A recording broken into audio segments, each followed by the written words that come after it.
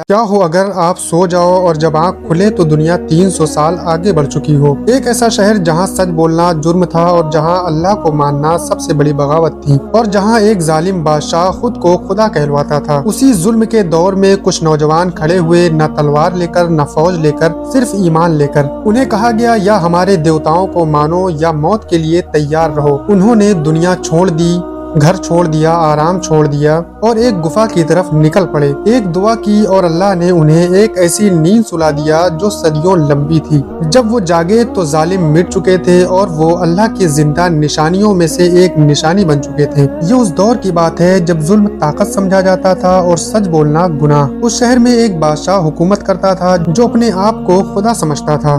वो चाहता था कि उसकी कौम सिर्फ उसकी ही इबादत करे। जो अल्लाह को माने वो बागी कहलाता था। उसी शहर में कुछ नौजवान रहते थे, दौलतमंद, पढ़े लिखे, ऊंचे घराने से ताल्लुक रखने वाले। लेकिन उनके दिल में एक बात पत्थर की तरह मजबूत थी, हमारा रब एक है और हम किसी के सामने नहीं झुकेंगे सिवाय अल्लाह के। ये नौजवान रात को छुप छुप कर एक जगह जमा होते और अल्लाह की इबादत किया करते थे। कुरान कहता है, वो कुछ नौजवान थे जो अपने रब पर ईमान लाए और हमने उनके ईमान को और बढ़ा दिया। एक दिन उनकी सच्चाई खुल गई। बादशाह ने दरबार में बुलवाया और कहा, या तो मेरे देवताओं की पूजा करो या मौत के लिए तैयार रहो। नौजवान ने बिना डरे कहा, हमारा रब आसमानों और जमीनों का मालिक है, हम उसके सिवा किसी को नहीं मानते। दरबार सन्न रह गया। बादशाह गुस्से में कांप उठा। उसने कहा, तुम्हें मोहलत दी जाती है, सोच लो वरना सजाए मौत है। नौजवान जानते थे ये मोहलत असल में मौत का इंतजार है। उन्होंने आपस में मशवरा किया। एक ने कहा, अगर हम यहाँ रहे तो जुल्म हमें कुचल देगा। दूसरे ने कहा, चलो किसी पहाड़ की गुफा में चलते हैं, अल्लाह जरूर हमारे लिए कोई रास्ता बनाएगा। यही वो लम्हा था जहाँ उन्होंने दुनिया का आराम, दौलत, घर बार सब कुछ छोड़ दिया। जब वो शहर से निकलने लगे तो एक कुत्ता उनके पीछे पीछे चल पड़ा। उन्होंने बहुत भगाया लेकिन वो कुत्ता हर हाल में साथ चलता रहा। आखिर उन्होंने कहा, शायद अल्लाह की मर्जी यही है, इसे भी साथ रहने दो। वही कुत्ता कयामत तक के लिए कुरान में जिक्र पा गया। वो तमाम के तमाम एक गुफा के पास पहुँचे। उन्होंने दुआ की, ऐ हमारे रब, हमें अपनी रहमत अता फरमा और हमारे मामले में हमारे लिए रास्ता आसान कर। अल्लाह ने उनकी दुआ कबूल कर ली। अल्लाह ने उन पर नींद तारी कर दी, ऐसी नींद जो आम न थी। वो सोते रहे 300 साल तक। सूरज गुफा में सीधे नहीं पड़ता था। उनके जिस्म खराब नहीं हुए, अल्लाह खुद उनकी हिफाजत कर रहा था। फिर जब अल्लाह रब्बुल इज्जत ने चाहा तो उन्हें जगा दिया। उन्होंने सोचा शायद एक दिन या आधा दिन ही हम सोए होंगे। फिर उनको भूख लगी। उन्होंने कहा, शहर से कोई खाना लेकर आओ, लेकिन संभल कर, किसी को खबर न हो। जो नौजवान बाजार पहुंचा वो पुराने सिक्के लेकर गया था। दुकानदार हैरान रह गया,